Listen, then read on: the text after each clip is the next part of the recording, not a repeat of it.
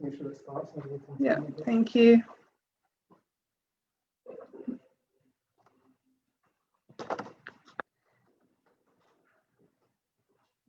Okay. Welcome to our online session today. I'm thrilled to be able to offer this opportunity to you all. We have psychologist Dr. Rob Gordon, who will present on disaster recovery and give us some tips on COVID recovery. So Dr. Rob Gordon is a clinical psychologist who has been working in the field of disaster recovery since Ash Wednesday in 1983. He consults for Red Cross and the Victorian Department of Health and Human Services and has worked with people and communities after the Port Arthur shooting, the Bali bombings, Black Saturday, the Christchurch earthquakes, as well as numerous floods, fires, cyclones and other events around Australia and New Zealand. After Dr. Rob Gordon presents, we'll have time for questions. So please place your questions in the comments section and then we'll get to them a bit later. And with that, I'll hand over to Rob. Thank you. Thank you, Shana, and good afternoon, everyone. It's nice to be talking to this side of the state. I've been talking to the east side a lot after the bushfires this year, but I understand that you've, of course, had fires 2 years ago and a few years before that, and you've had a number of other events. But, of course, we've all been working through the consequences of the COVID-19 event, which is a very different sort of event. And I think it's been interesting for me to see how does what we've learned about natural disasters apply in the pandemic. Now, I've had many years of experience with natural disasters, as Shana mentioned, but I have to admit that this is only my first pandemic, so I'm very much feeling my way to understand what's the consequences. But what I'd like to do is go back to some of the fundamentals and then see how they apply in the pandemic situation, and then broaden that out to talk about how do we take care of ourselves as we come out of this pandemic situation, the lockdowns and so on. So what we have to remember is that the essence of emergencies, disasters big and small, slow and fast, is threat, the danger, the possibility of injury, death, loss to ourselves or others, loss of property, loss of income, and so on. Now, we have a set of mechanisms in our brains and our bodies that mean whenever we perceive ourselves to be under threat, we move into a different state of being in order to deal with the threat. It's like a survival mechanism, you could say. And it does that by boosting our activity level and energy.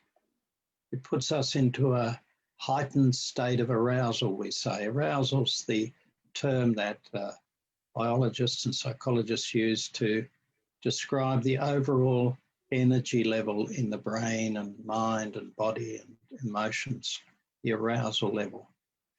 So there's a substance that's produced when we feel ourselves to be in immediate danger, which is adrenaline, and that goes right through our body and it just revs everything up. We all know what that's like when you get a big fright or have a near miss in a car and you just feel that sort of a whoomp goes through your whole body and you just fire up into this state where you get ready for anything. You don't just get ready mentally, but you get ready physically, so that if we were to take blood samples after you've had a near miss in a car, we'd find that the substances that protect us from colds and flu and immune systems are reduced, and what's increased are the wound repair substances. So these gather along all the big blood vessels waiting for us to be injured. So we've got ready to be injured. And our whole blood chemistry is changed over, ready for damage. There's no point worrying about getting an infection if you bleed to death. So the first thing is stop the bleeding and then worry about the infection. That's what our body does. Our mind actually focuses on the here and now. Will I miss this car or not? And usually we get these very rapid sequences of perceptions and actions that make us engage in some maneuver to avoid it, which leaves us wondering, how on earth did we manage to do that?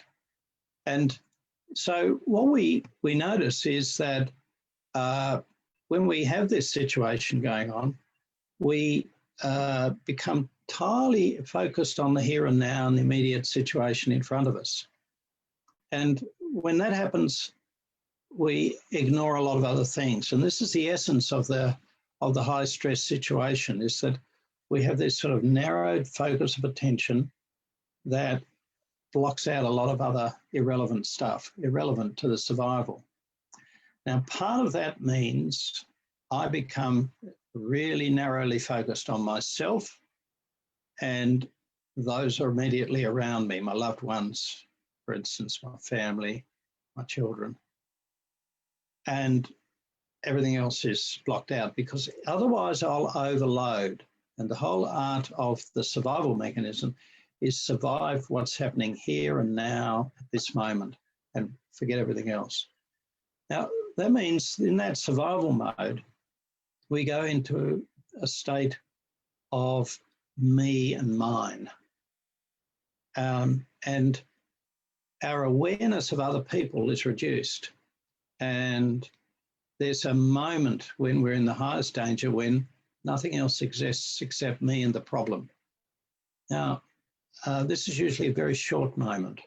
Sometimes in a bushfire it can go on for some time as you're waiting for the house to burn around you or something like that. Or you're evacuating. People have described to me what it's like evacuating for maybe an hour or more, and you don't know if you're going to make it out. And you're just totally in this present moment. Now, what I've learned is that it's something that alters our sense of connection that we don't realize is there in normal day-to-day life. Our sense of being part of a family and a community and other networks, all of that is gone, and we're just here and now. And so I think of that as a moment of debonding. Now, sometimes it's very intense. People will say there was just me and nothing else. And other times it's not so intense. They just say, well, I just wasn't thinking of anyone else. But whatever degree it is, it represents a kind of disruption of the normal fabric of social life that we live in.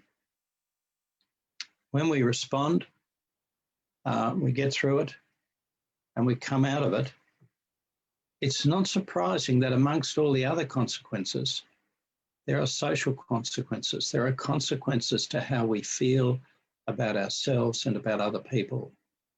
And this is really one of the essential ideas behind our understanding of recovery, and particularly community recovery, is that the bushfire, the flood, the criminal event involve an assault or an injury on the social fabric, which we're not used to thinking about. We normally take it all for granted. And so what about COVID-19? Well, we actually don't see that. We can't feel it. We don't know if we've got it until we start getting sick. We don't know if somebody beside us has got it. And so we have a threat that we can't determine by our own senses. We have to be told about it. And I think this is quite a different threat from the sort where we can actually perceive it with our own senses. I know the fire is over there is coming at this rate, or the car's coming down the road towards me, or this man here is look as though he's going to hit me. These are very clear experiences. And I call that a sensory trauma. Trauma just means an injury, an experience that's so intense that I just can't really quite come to terms with it. Sensory trauma is when I'm there. In the case of COVID, we don't have any sensory indications of it. It's all just information. And I call that an informational trauma. Informational trauma is I'm told there's something dangerous that I have to believe somebody else. And when we do that, it makes great demands on our trust, our faith in other people, our ability to understand the information and collect it all, and so on. So all of those things, of course, are part of the social system, aren't they? Who tells us things? Do we believe what Shana tells us from the Shire? Or do we think, I don't trust any bureaucrats, and she's one, so I don't trust her? And we can see the tremendous variety of views that there are in the community that reflect different levels of trust. And so when we have an informational trauma, the whole thing has a different feel from the very beginning. We don't go into quite such high arousal, and we just kind of hover there, not knowing quite what to do with ourselves. Now, there's a really important principle in all of this, which says threat plus uncertainty equals anxiety. Anxiety is fear about what might happen. If I've got a threat and I don't have enough certainty to know exactly how it's going to play out, I'm going to get anxious. I'm going to think of all sorts of possibilities. And in the real event with the bushfire coming over the hill, the uncertainty is how fast will it come, etc. But pretty soon it's going to be over. In the case of COVID, it's not going to be anything we can say is gone, because even if nobody's got COVID around them, they might have it, or they might get it, or someone might come, or it might appear. We've seen how this occurs so easily. And so this uncertainty means that we become anxious. Now, we all know what it's like to be anxious, and it just means to be worried about the possibilities of what might happen. There's one recipe that will reduce anxiety, and that is acting to reduce the threat. The problem is, how do we do that with COVID? Well, what we've got to do is we've got to listen carefully to the information that we get, and we've got to really act on that. Sanitize our hands, preserve social distancing, wear masks, whatever else. So if we can put our trust in those activities, we've got a way of dealing with the anxiety.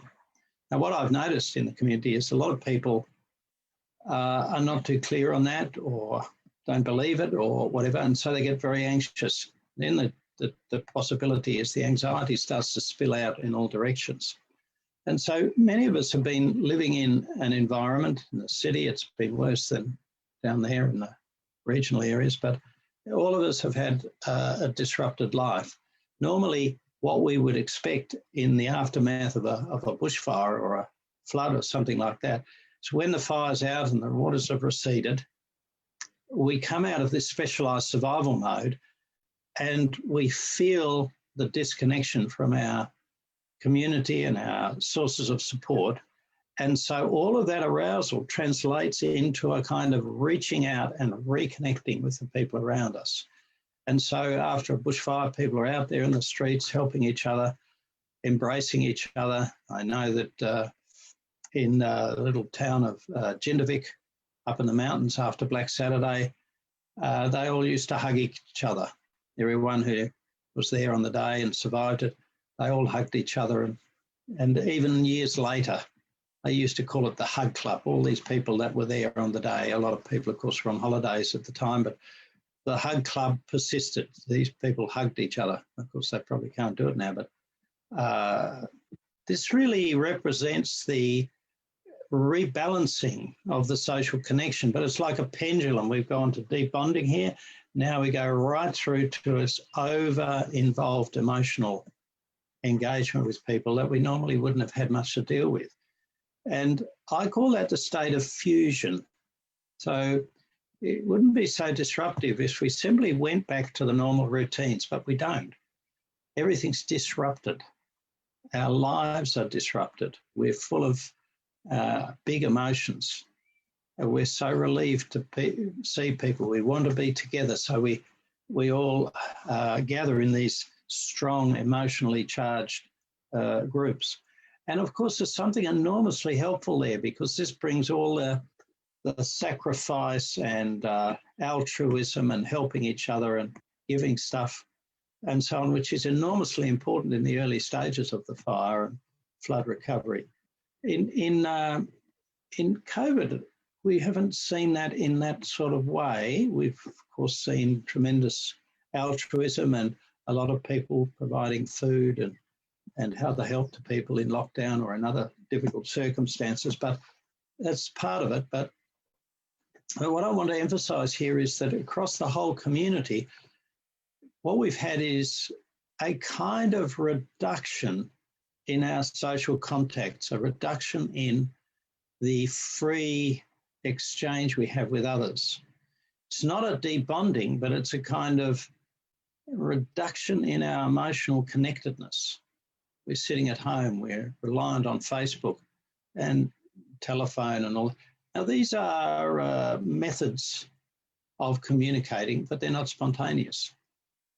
And I want to speak just a little bit about some of the things I've noticed, probably more clearly working with organisations and groups of people up here in the city who have suddenly gone to working from home. They might be local government or welfare agencies or health agencies, or in some cases businesses.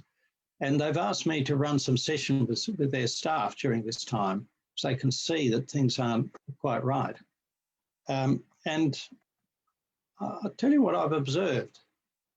I've observed that that people start to feel sort of vaguely uneasy. They feel invisible. They feel that, has everyone forgotten me? They feel maybe I'm not worth as much as I was before. A whole lot of vague, uneasy feelings. And people who are working from home just feel it's Groundhog Day, get up and do the same thing every day over and over again.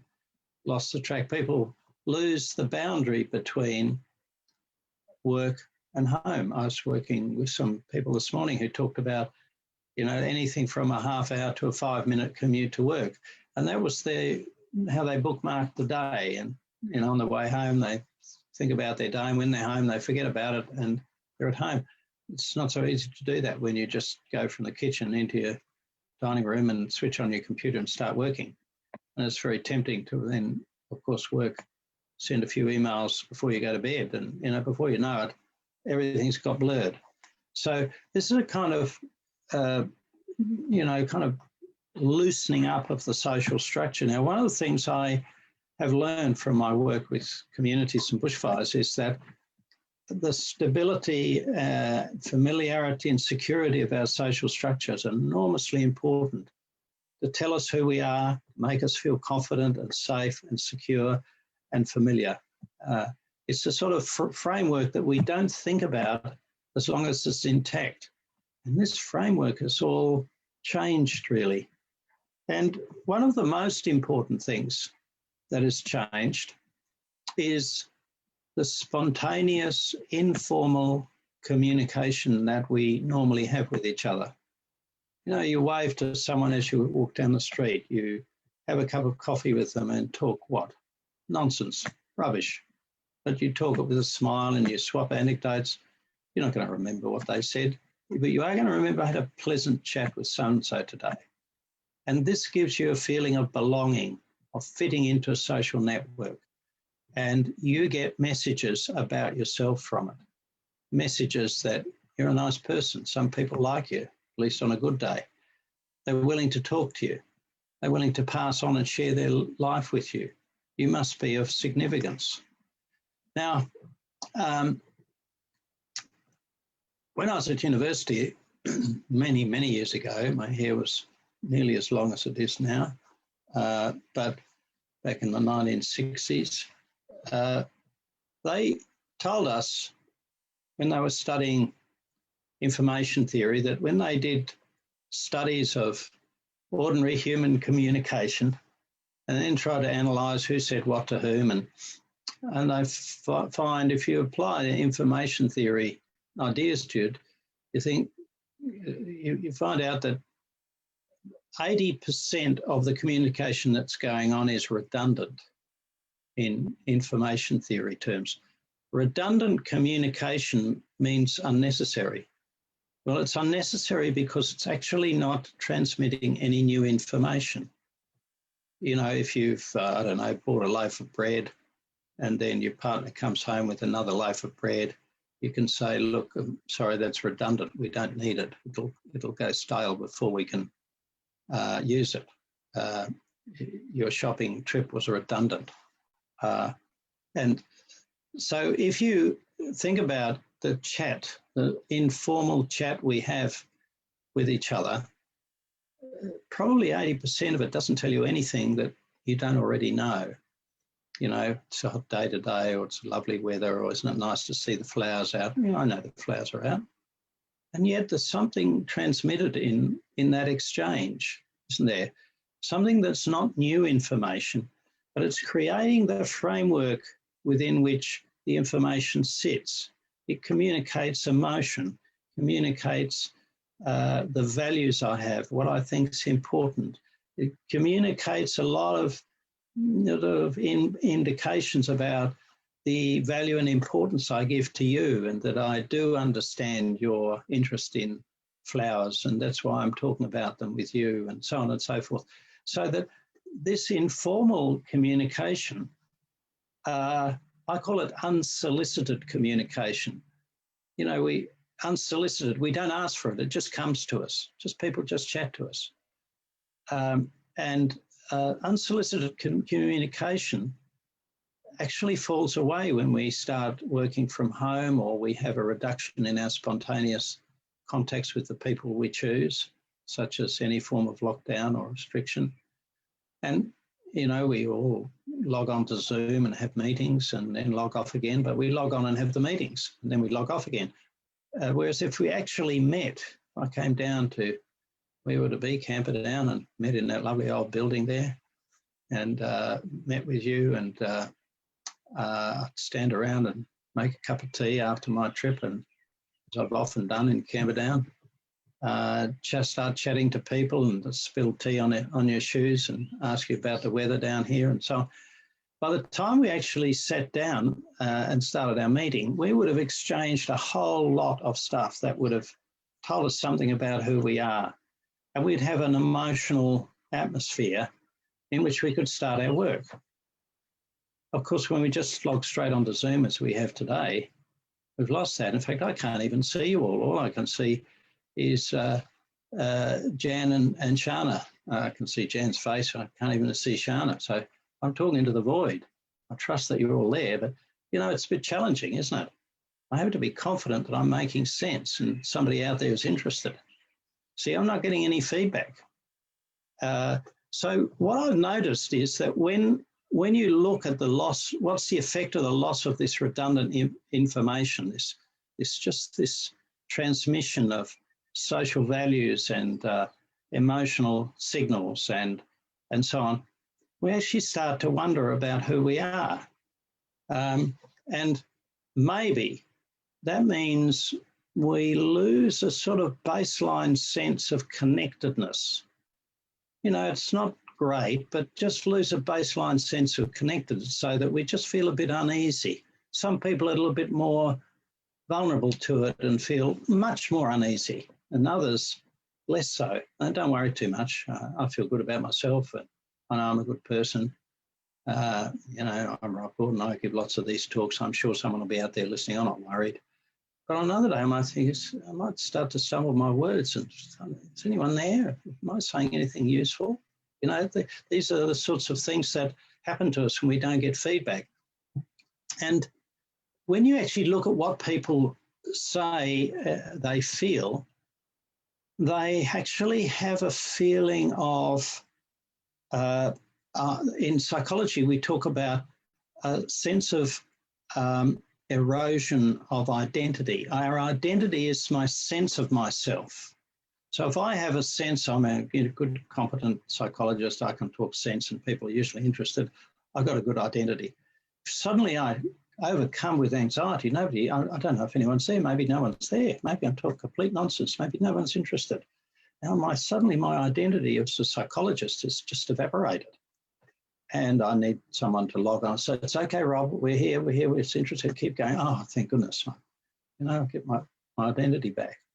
And I think this spontaneous communication that we overlook, there might be something as simple as you arrive at work and somebody from the other end of the building waves, say, good morning, Rob, how are you going? Do you have a good weekend? That's all I need to say. And I've been acknowledged as I belong here. Someone likes me.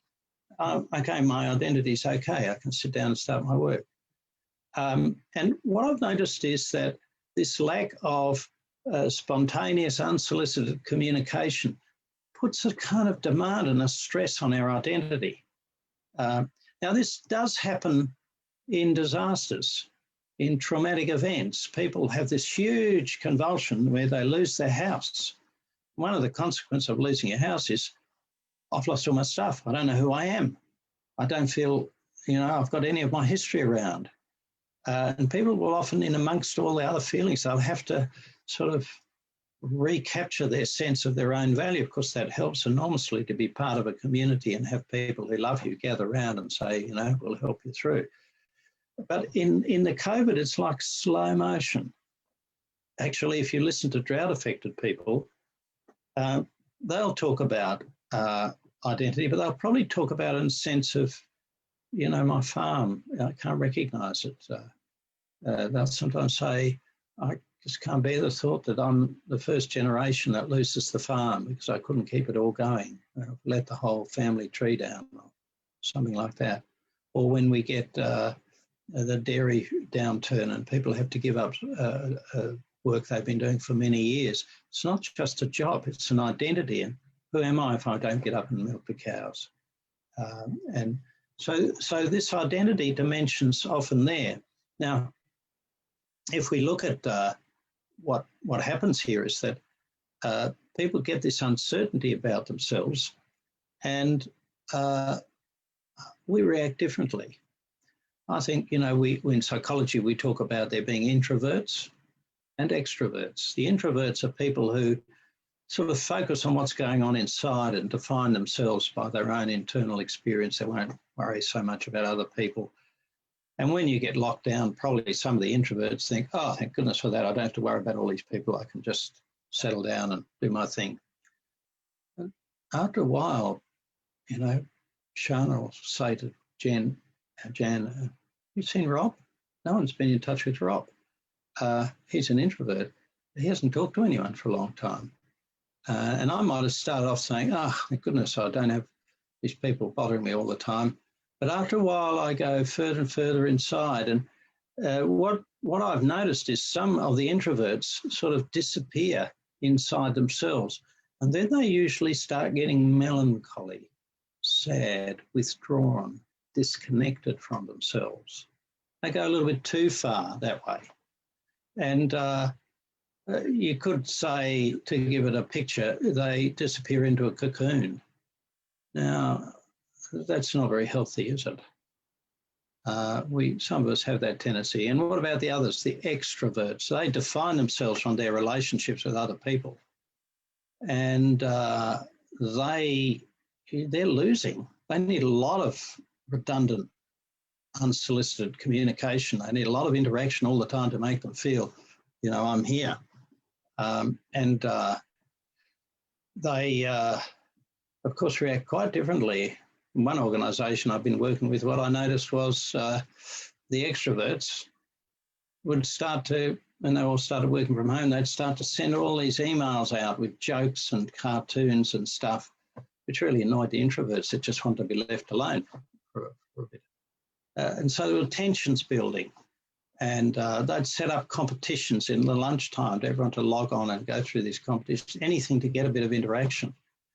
And so, you know, to give it a bit of a picture, I think if the introverts go into a cocoon, the extroverts are like blowflies at the window, going bang, bang, bang, bang, bang, bzz, bzz, bzz, bzz, trying to get out, bang, bang, bang, can't get out, bang, bang, bang, trying to get out, and generating a lot of sort of tension and frustration.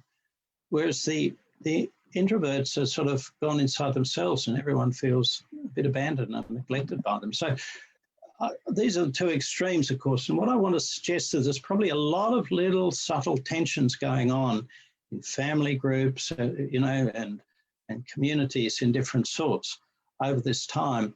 And, you know, I try to summarize it in this sense of eroded sense of identity. And to give, again, a picture of it, I think most of us need our identity to be attended to a little bit.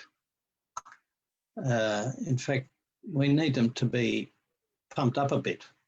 I think most of us are like my wheelbarrow, which I've got in the shed. And because I'm always working, I don't have enough time to use it regularly. So I only get to use it every month or two.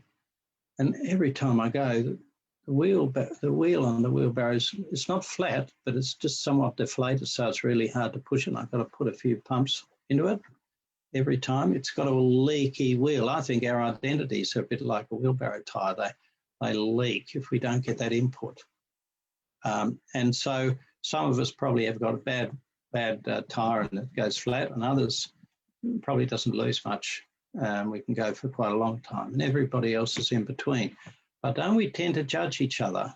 I don't know what you're worried about. My tire's up. I don't know why you need to pump up all the time. As others say, you know, I'm not feeling too good. I really need a bit of interaction.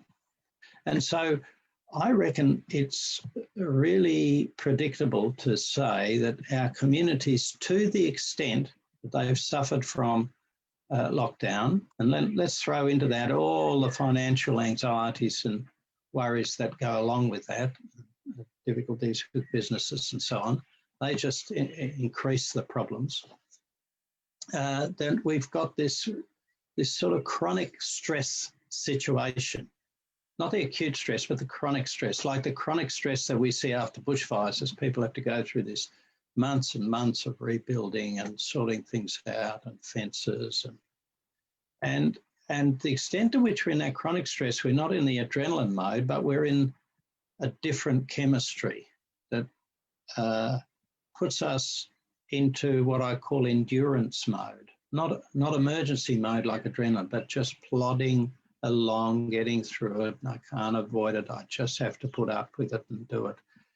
And in that state, we actually have this focus on the next thing I have to do. And I think it's really important we keep track of that. And one way we can understand that is to ask ourselves, what were the important things we used to do before this all started that gave our lives meaning and value and joy, reward, sense of purpose? And do we still do them? And if we don't, what are we doing instead? And the people in the cocoons are doing nothing, or maybe just mindlessly watching TV or something. And the blowflies are bumbling around just trying to get interaction out of anybody. And everything else in between. And what this really means is that we've gone into a state where we've let slip some of the structures in our lives that were important for our mental and physical and social health. I notice when I get into this chronic stress state, and the dominant chemistry is about a substance called cortisol. There's lots of different substances, but let's just use that name. Cortisol, surviving, enduring chronic stress. Cortisol's high if we feel depressed or in a state of grief or something like that. Anything that we can't change, that we're just stuck in. Cortisol helps us do that. But we can do it at the expense of a somewhat reduced sense of self. It's very painful to be acutely aware of yourself when you're in an uncomfortable life situation that you can't change. Better just focus on what I have to do next. So we disregard ourselves. And in families, that means we haven't got as much time and patience and interest in each other. We tend to withdraw a bit from each other, or be just going through the motions. Or if people intrude upon us, those of us who are a bit more blowfly oriented get irritable with our kids making demands, maybe, or our partners for that matter. And so you get this sort of background of irritability. And so we are in danger of, in this state, suffering what I call degraded quality of life. Eroded identity translates into changed lifestyle, loss of values, and produces degraded quality of life. The real quality of things is reduced. And you can feel that when you've been in the same state for a long time. First of all, you feel it as a problem of memory. God, how long have we been doing this? Oh, it's 10 months already. Feels like 100 years. Or, God, is it 10 months already? I thought it was only last week. The time seems to have gone so fast. And what have I done? I can't remember what I've done. This disorder of memory that we often feel, it's not necessarily the memory of what do I need to buy down the shops. Oh, we can't do that in the shops maybe, but it's not that sort of memory. It's the memory that helps us hold our whole sense of our life together. What did I do yesterday and last week? And how does that contribute to the pattern of my life? We call it autobiographical memory, narrative memory, the story of my life. And when we start to lose that, our life becomes sort of featureless. And what seems to go along with that is that identity loss. And we seem to have this aimlessness. Now, if we're not careful, we will reconstruct our lives around endurance mode, just the bare minimum. And many people have told me their stories after bushfires or floods or whatever, and they've been through a year or two of really hard work. They come out the other side, and actually things have changed. They're not as close to their partner. Their kids don't spend as much time with them. They spend more time with their peer group. They no longer engage in their healthy outdoor activities. They've forgotten some of the hobbies and things they had. And our lifestyle can just slide.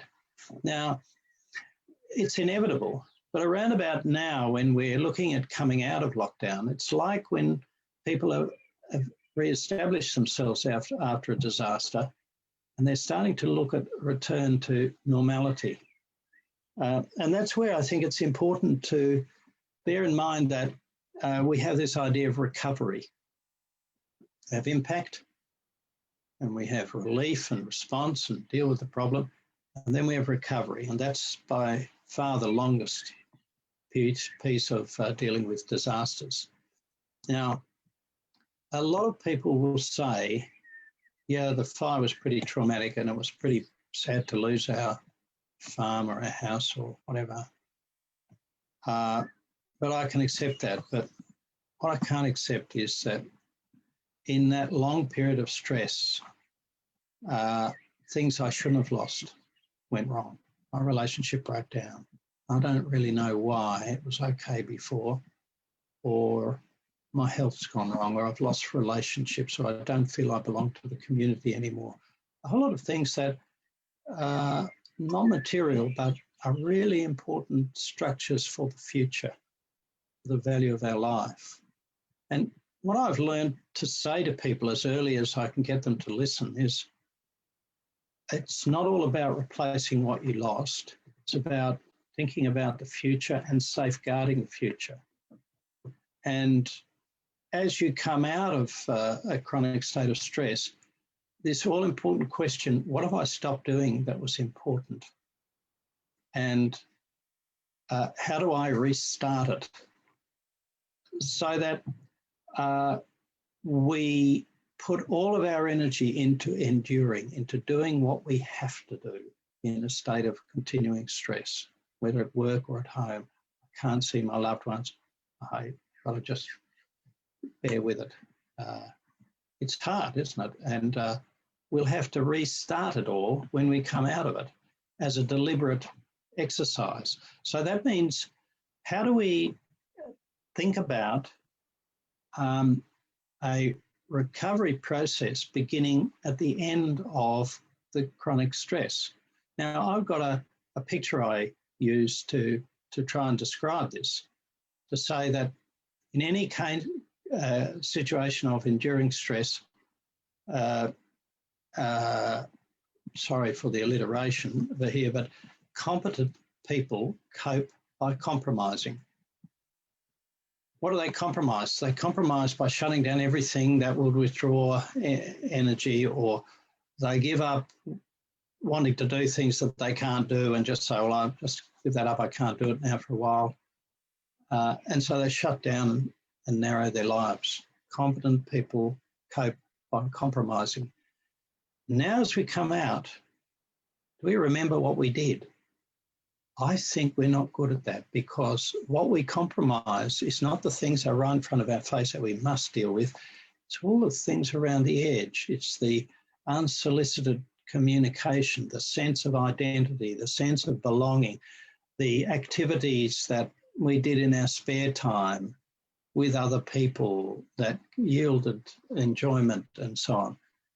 And so as we come out, we've got to really take stock. That's the first thing I'd say. As we start to come out, we should try and stop and think, how's my life changed? Now, that's a bit hard to do, you know, sitting on a chair in the front veranda, looking at the sky. But it's much easier if, when we can meet with other people in our networks, and say, not just hasn't it been awful and so on, but say, let's talk about what you've noticed. What have I noticed about you? What have you noticed about me? How have you changed your lifestyle? What I've noticed is this.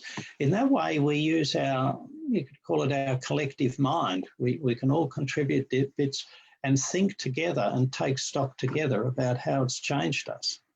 Some people will probably have had a big effect and other people less. But together we can actually become more aware of it, because to my mind, the essence of stress is narrow and focus your awareness onto the problem, which means you lose everything else. And the remedy for stress is open out that awareness into the whole of your life again. So taking stock, identifying and restarting activities. Which ones? The ones that gave us joy. That's a very important factor of stress. It activates an ability to draw energy from within our own bodies. We chew up our own tissues. Unfortunately, that usually doesn't involve us losing weight. For some people it does. But we chew up our muscles, and instead the body says we're in endurance mode. We need all the reserves we can. So when we eat 3 Mars bars in the morning to get going because we feel so tired, it puts it into our fat system. So in fact, we often lose tissue but gain weight. That's not very healthy. So there are a lot of adjustments that probably have to happen to our lifestyle, to our exercise routines and our diets, because we'll often have this hunger for energy as we feel so depleted. And I think it's very important to recognise that. There's a quality of fatigue that comes up when you come out of stress. We shut it down when we're in stress. We can't afford to listen to it. But as we come out of it, we start to feel a particular sort of fatigue that if we follow it will mean we just don't do anything, or we only do things we enjoy. And there's a particular sort of fatigue that is only remedied by enjoyment.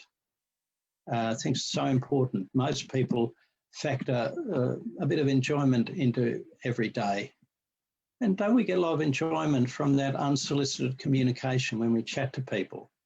We chat in such a way as to give them a bit of enjoyment and get a bit. You know, we say nice things, we crack jokes. We've got to restart that enjoyment, because that feeds us in a very, very important way. And so I think one of the things to do is to actually have a look, particularly if you're an introvert, you probably have shut down a lot of your enjoyment activities into survival mode. And it's important to restart them, rehabilitate yourself, push yourself to go and have a game of golf with your friends, even when you'd prefer to just sit on the couch and watch telly. Think about the whole lifestyle. And if you don't do it this week, make a commitment to do it next week. And so I think the picture I want to convey is that during this period of disruption, loss of normal fabric of life, we're under pressure, we cope, we compromise, and that means we're like divers working deep down. Now, if you put a diver down, they can go down reasonably fast, reasonably deep, and work away there. Problem's when they come back up, isn't it? They've made lots of adjustments to their blood pressure and everything. So when they come up too quickly, they get the bends, don't they? So they've got to come up very slowly, spend a bit of time here, and then come up a bit higher and spend a bit of time here. Otherwise, they get a decompression reaction. Now, I notice working with people who've been in stress for a long time that when they come out of it, they have these odd feelings of irritability and fatigue and loss of interest, restlessness.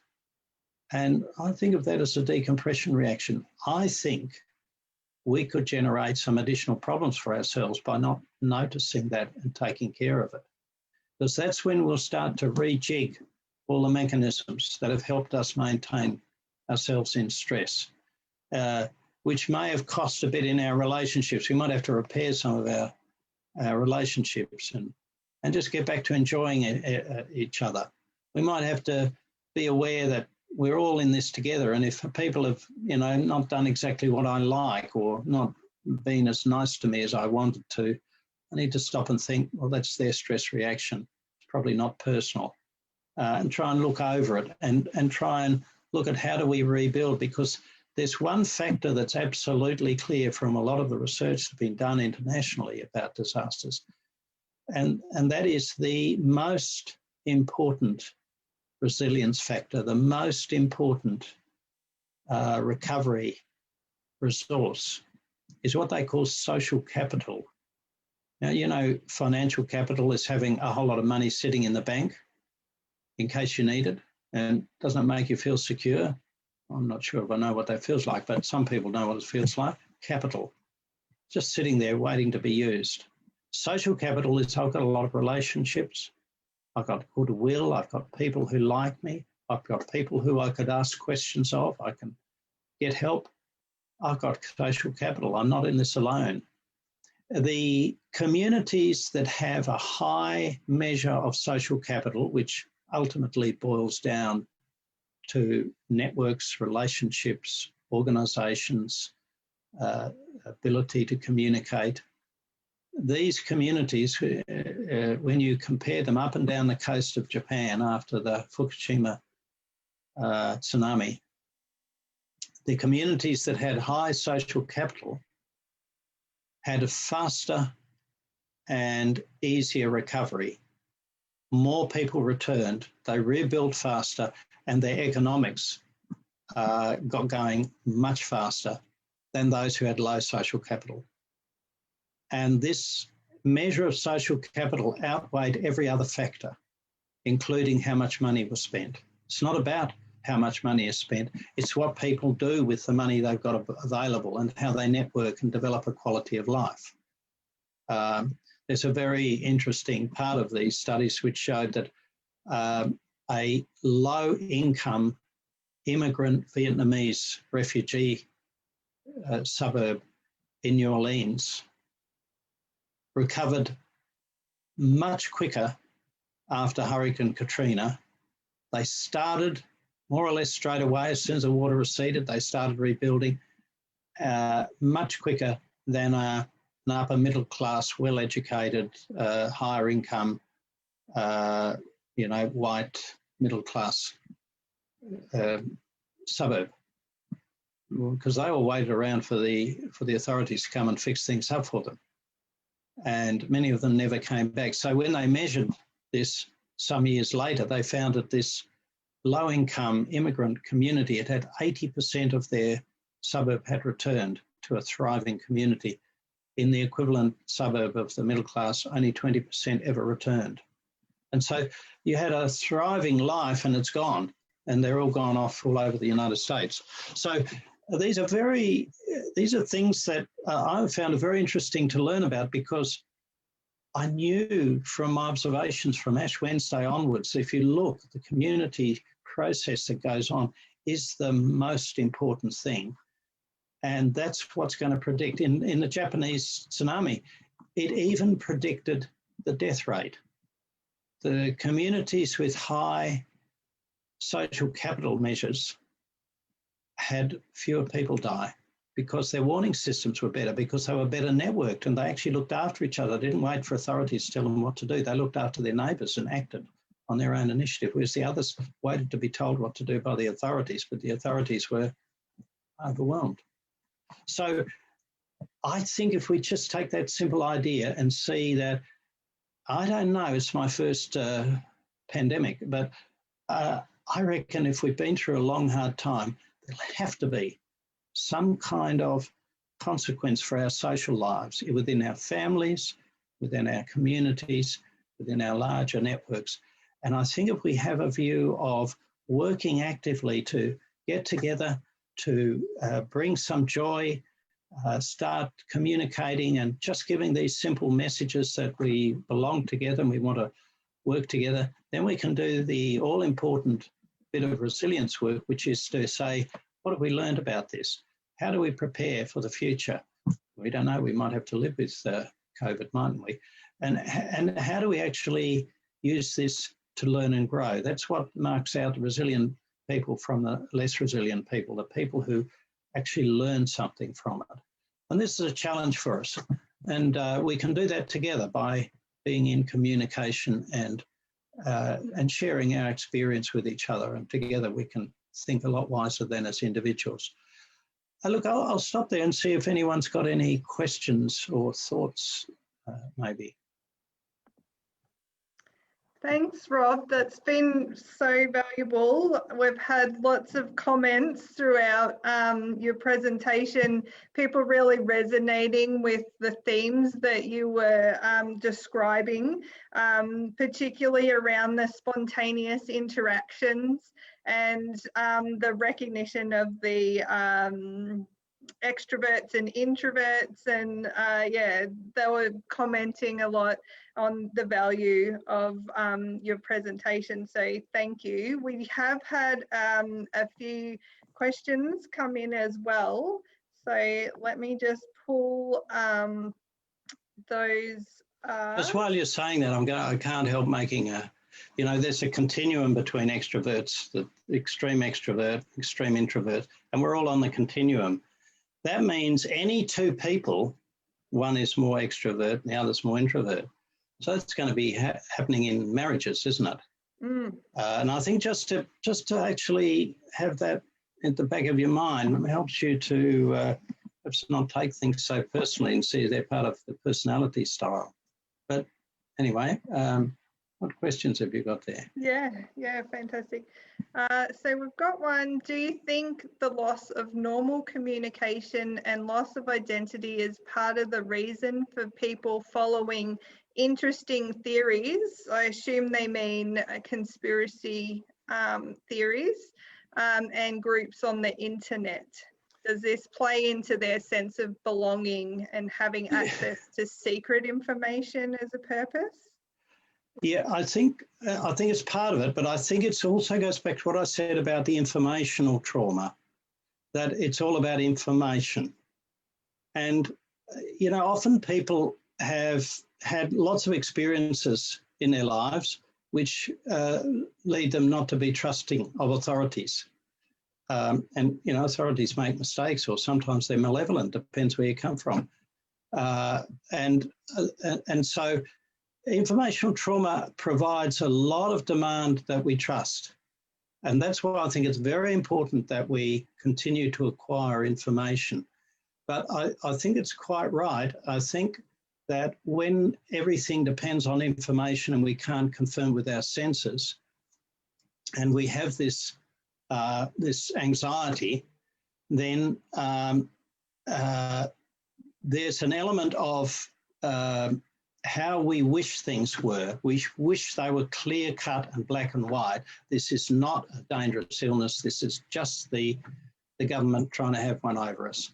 And so I think there's a lot of that sort of thinking that makes things feel a lot easier for us. But it's complicated, isn't it? Because we look overseas and we see a lot of things happening. And if we are successful here, we've got nothing to show for it. We've got no illness. So how do we know it was necessary? Well, what I do is I look at what's happening overseas and think, gee, I'm glad we're doing it this way here. But it requires us to be more thoughtful. But yes, I think that's quite right. I think it does foster this attachment to simple answers. Yeah. I'd done a bit of involvement in disaster planning and for pandemics back in about 2006 with a group of the public health people. They're no longer there now, but when you read about other pandemics and the history of these things, you realise this is really something that happens commonly throughout history. And what's happening now is it's just different because of the nature of our civilization at this stage. Yeah, thank you. And the next question that's come through is, do you have any suggestions about how we can access the social capital of a community? How can it be activated for the now and the future? So I think one of the important things is any way we can restart activities that we were involved in. Now, it might have to be slow. We might, if you belong to, I don't know, I'll just make something up, a golf club or a men's shed or a women's knitting group, and, you couldn't do it when the pandemic was on. We can all start, reactivating it as a Zoom network and say, let's talk about how we'll get it organised. And maybe we can start having conversations and start that all-important process of saying, how have you all found it? What have you noticed changed? And where's Rob? Rob hasn't logged in. We haven't seen Rob since before the pandemic. Is he all right? Let's reach out to him. And that drawing people in, showing them that basically the community is richer for more people. Sometimes they're irritating, but ultimately our richness is in all our different idiosyncrasies and oddities. And so I would suggest that'd be the first one, is start reactivating these networks. And we're coming up to fire season. They talk about maybe we'll have floods this summer. I think a really good place to start talking about these things is going along to emergency preparedness meetings. And, I'd be suggesting that emergency preparedness people might say, well, how's the pandemic been? Let's have a chat about that for a few minutes before we can focus on fires and floods. And so this exchange. And then the third thing I'd suggest is that there may well be needs and issues that are emerging as we come out of this that we didn't know before, needs of people. And so perhaps people can see initiatives. We know that our age is poor in volunteerism, probably less so in the country than the city, but it's a really interesting fact that I've noticed is looking at different studies. Volunteering reduces your threat of heart disease by about the same amount as smoking increases it.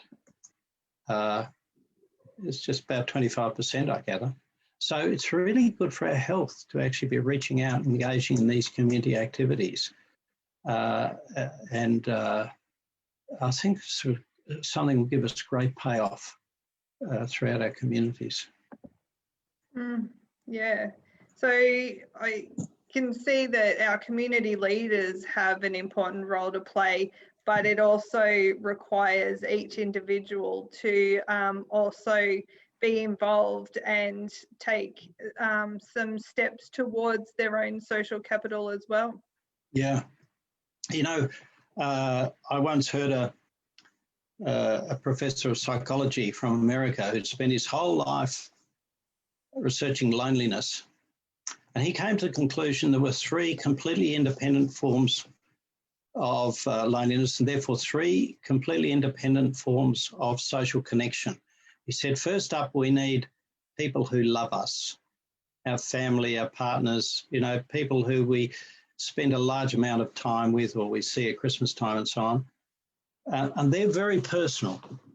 Then we have a great need for friends, people who know us. G'day, Rob, how you going? Let's talk about the football.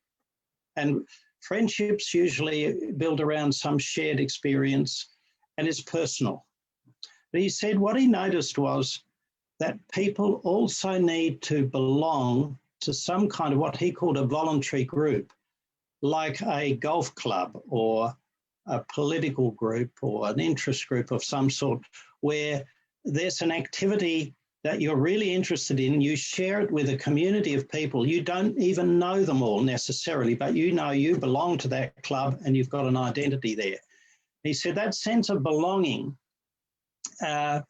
is not replaced by friends and family.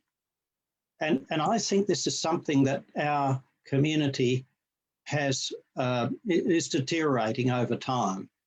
And I think, therefore, I think people will find that if they have one or two different organisations they belong to, it could be anything, could be a church, could be a cricket club, they will get a sense of support and comfort that is not going to be replaced by anything else. But you've got to get out of bed on Sunday morning and go to church, or you've got to go off on Saturday afternoon and watch the cricket. You've got to put energy in to get energy out. And I think that's the law of, I don't know, the first law of psychology or something. Yeah, absolutely. Yeah, so critical for us to make ourselves, you know, be involved, isn't it? So, yeah. We've also had some other questions around, one around if we're in the care industry, how do we look after ourselves, but also for those that have teenagers in their lives and that they interact with in the community, how do we support them? Yeah, let's talk a moment about teenagers. Teenagers are at a point where they pick up a lot of what's going on, at least when they're awake. And they've got an ability to think as sharp as an adult, but not as broadly as an adult. They have what I call micro logic. They can be very logical about why I shouldn't have to take the rubbish bin out. But they're not very good at actually understanding the whole business of sharing the load of running a household. When you apply that to something like COVID, they'll often have very strong and emotionally heartfelt feelings about things like this. And I think it's really important to help them find words to express how they feel and help them think, most of all, think about what it means. So one of the important things we can do is don't necessarily ask them how they feel all the time, because feelings are a bit exposing and we don't want to tell our mums and dads how we feel. But if you ask them, just simply replace the question with, what have you been thinking about that? What do you think about this? What do you reckon they should do about that? And just try to get them sharing their experience. Now, many of them also will probably find that the change in their social life takes a bit of work to help them through. So they, you know, a lot of kids, we like to think of them all as easygoing with their friends, but actually the peer group is quite challenging for some kids. So they might be more the cocoons that are finding it a bit stressful going back to school. So I think, again, talking with them, helping them understand, it's like starting the year. You'll settle back in a while. It's a little bit nervous, but let's talk about it. Let's help them think about, for instance, how they deal with problems, how they might respond to what somebody says. Give them that support. Well, quite often what teenagers will do, as all children will do under stress, is they might regress.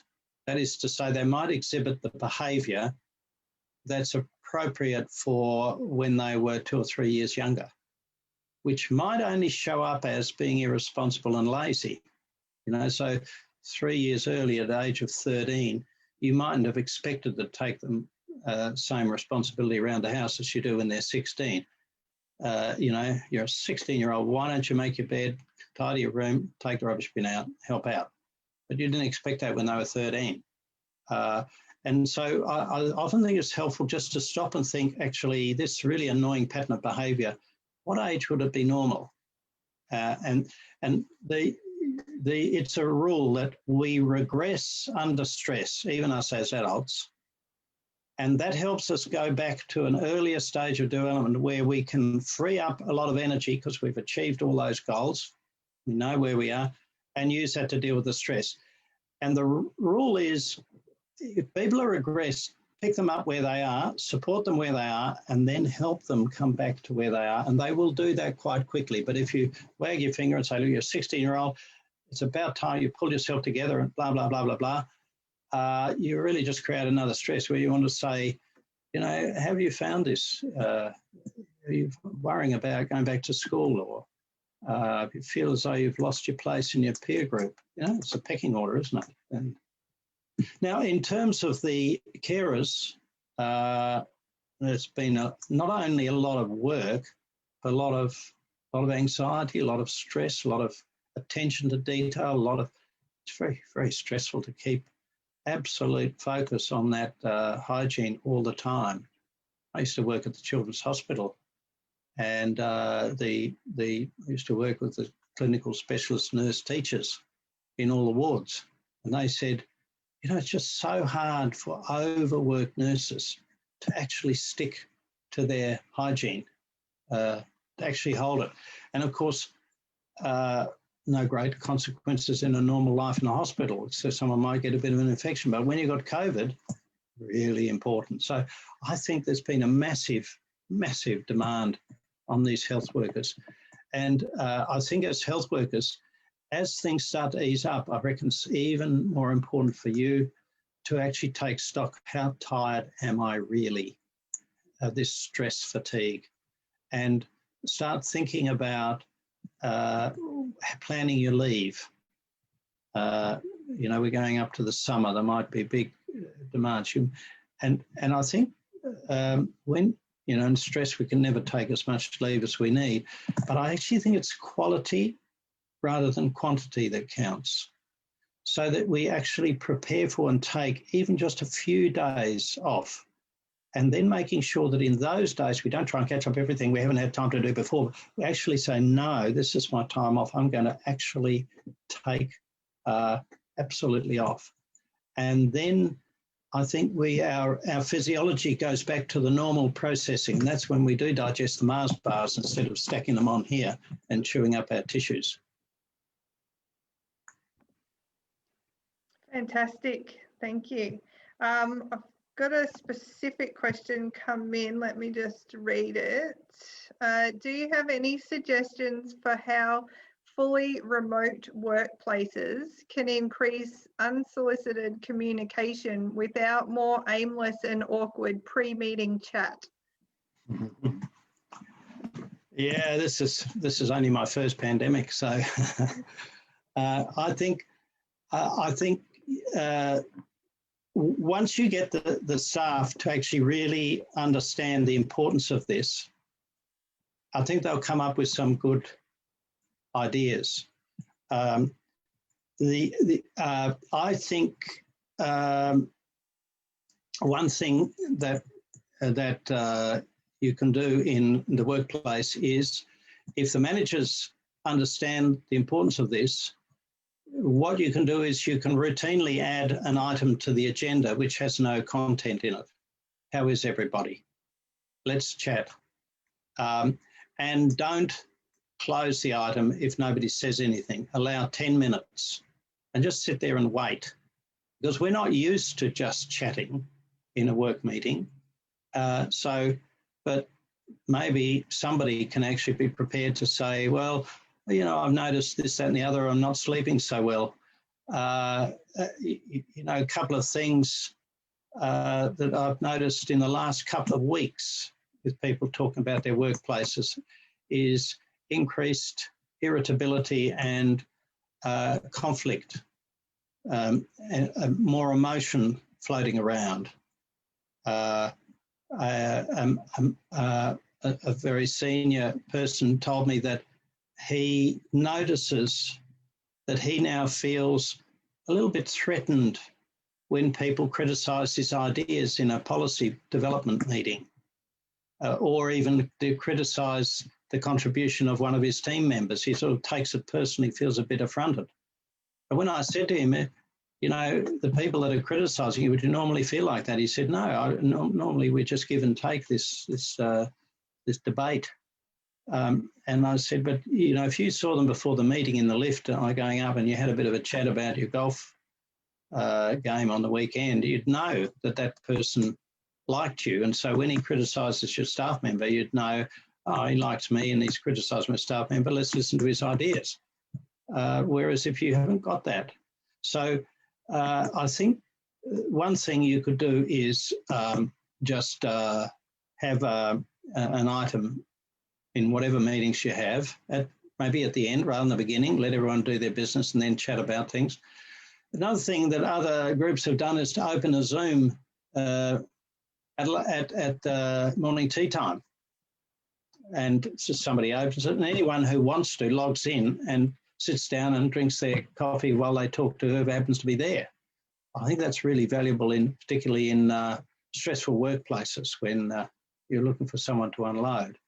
And then I think the other thing is that we ought to value and recognise the importance of actually making contact with each other, just to have a bit of a chat, not needing a huge excuse, and to say, this is not an interruption to my work.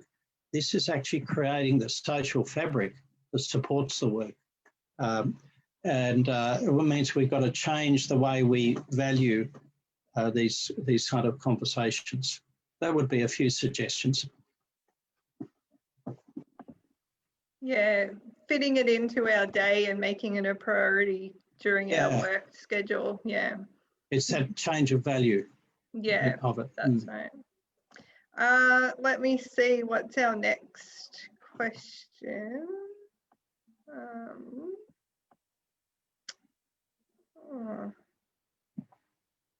It would seem like levels of trust are actually quite low in society at the moment across all sectors. In that instance, how do we go about building resilience during the recovery phase? Okay, except I'd put it this way.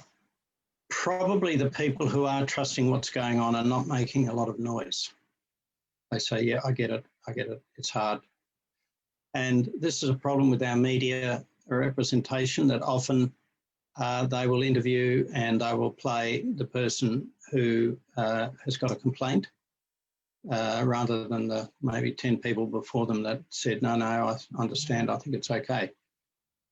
But having said that, I think your point, whoever's asked the question, is really important.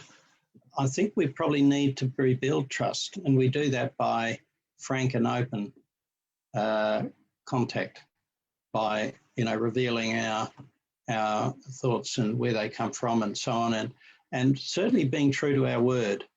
That's very important. And it may be as part of the what I call the debonding process, even though it's an attrition of the bonding or a degrading of the bonding rather than a full debonding, means we've got to rebuild something of the social fabric. Now, that I guess that just means really making clear messages about how we communicate and make sure we're open and frank. And, there are various people who've done research on this sort of thing, and particularly engaging people around issues such as emergency communication with the coming season, and using those as a base, because often we can't talk about these things in the abstract, but we can rebuild trust by having a meeting about how we'll do warning systems, for instance, and using that as a trust exercise and a communication, understanding each other exercise rather than just on the content. So I'm not sure that I can come out with rapidly with a whole series of solutions there, but I reckon the idea of rebuilding trust is a very important one at all levels. Yeah, continued. And we've got one regarding, can you reflect a little more on balance and paying attention to feelings and deflecting too much of these by asking questions that focus on thinking? Ultimately, we want people to be able to process both feelings and thoughts about this experience. Yes? Question mark? Yes, that's right. I just mentioned that if you're talking to people who are not comfortable with feelings, like, I don't know, I probably think more of adolescent boys and girls, try substituting the word thought for feelings, and they will open up, they'll be more likely to open up. And what will come out there is feelings too. They'll, if you ask them how they feel, they'll say, "Oh, no, no." But if you say, "What do you think about that?" they'll say, "Oh, I think it's stupid." You think it's silly, do you? Why do you think it's silly? And they'll be into a conversation then. And then you can just simply go to say, "Gee, that must be frustrating for you to be thinking this, that feeling as everything's stupid." And then, then you can sort of say, "Do you understand why they're doing it, or why we're doing it?" Or and get onto this broader kind of concept. But you're quite right. I think it's very important that we talk about our feelings. But I'm coming from the point of view that not everyone feels safe to go there. And I think you can pick that cue up fairly early on. If someone's talking about how they feel, go for it. If they're actually talking about what the government should do or shouldn't do, or what the Shire should or shouldn't have done, or what their neighbours are doing, you'd probably take it a little bit more slowly, or head for the feelings, but by the thoughts. We know that if people can find words to define their feelings, they'll start to think about their feelings, and that's when they start to recognise maybe they're not always being fair or reasonable in their feelings, and process them in a better way. Yeah, thank you. That's great. Got time for a couple more questions. So this one's asking, usually we use the term recovery, inferring the disaster is over. We are starting to use coping with COVID as it is preparedness, resilience, response, and recovery intertwined simultaneously across different communities, groups, and timelines. What do you think of that?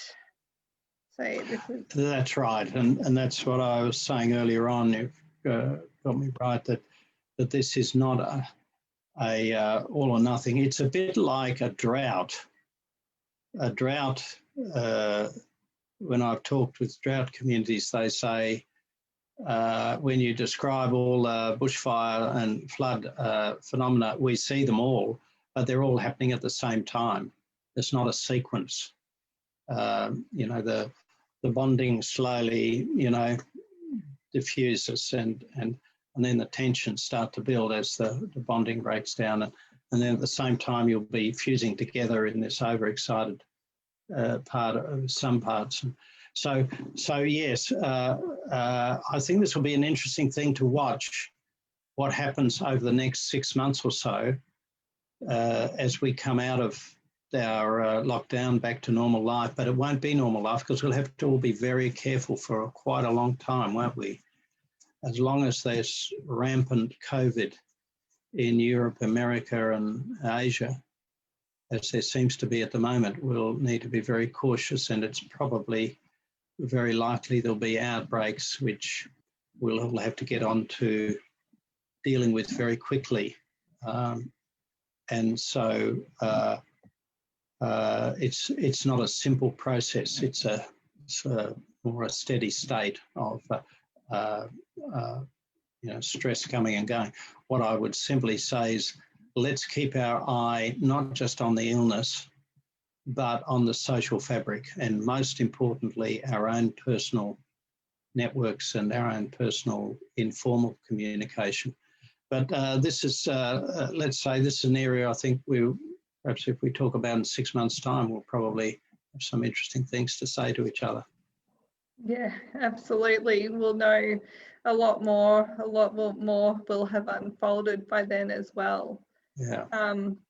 I guess just starting to think about closing, we've got a question regarding, as we are starting to come out of restrictions, how can we help communities to re-engage and navigate the tensions between those that feel that it's opening up too fast and too early, and those that are really longing for that social connection.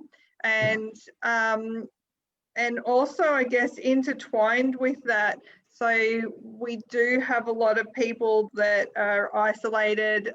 We're unable to interact with them. So how do we recognise the ones that are really withdrawn, that do need our help, if we're their friends and families or neighbours, when we're unable to, do our normal interactions, and bring those ones along with us that are a bit more cautious to come out back into community? I think one of the first things there is we need to make sure that people process the factual information. When we get anxious, we're not very good at processing facts, because anxiety is about what might happen. And what might happen still might happen, even if we've got facts to say it probably won't. Yeah, but it might. And so anything we can do to make sure that the facts, which is the basis for the arrangements we're making, are there. And let's face it, the restrictions are a compromise between 100% security and all the other factors, the economics and the social factors involved. So it's about balancing all those things together. So what I would say is, anything we can do to draw those people into conversation, help them think about it, or maybe direct them to sources of information, I think would be very useful. So for the Shire to have, websites and so on where people can get hold of the facts such as they might need, readily available. And then I would say, I think this has been done in, places like Christchurch after the earthquake, is encouraging people to check up on their neighbours, which we probably can do with safety if we're distancing. You can probably have a conversation over the back fence, or you can put a note in your letterbox saying, hi Mary, haven't seen you for a while, I'm next door if you need anything, this sort of thing. So, there have been programs that have, both the US and here, that have encouraged people to just reach out in any way they can to the people they might be aware of. But it means in family networks and social networks generally, try to notice the cocoons, the people that have disappeared, and gently reach out to them and let them know that you're thinking of them, and check them out. Yeah, So yeah, taking stock of who we haven't spent so much time with or conversations with, I guess, and trying to reach out to them as much as we can. And perhaps being prepared to sort of reach out in ways that we wouldn't normally. It would be, you know, wouldn't be our business, but we don't know anyone else is doing that. We can just have the right words. Yeah. Well, with that, I'll finish off the questions and just say thank you so much for your time today. We really appreciated it. All the comments have been how valuable this is, and really appreciate your words and your experience that you've shared with us today. So we also have had many questions asking if this is recorded and can they watch it back later, and yes, it is recorded. We'll make it available on our website, so perhaps tomorrow check that out on our website. But Rob, really appreciate your time today. Thank you very much. Thanks, Shana. It's a pleasure to share my experience such as it is, and wish everyone all the best down there. Hope to see you one day. Thank you. Take care. Okay, bye-bye. And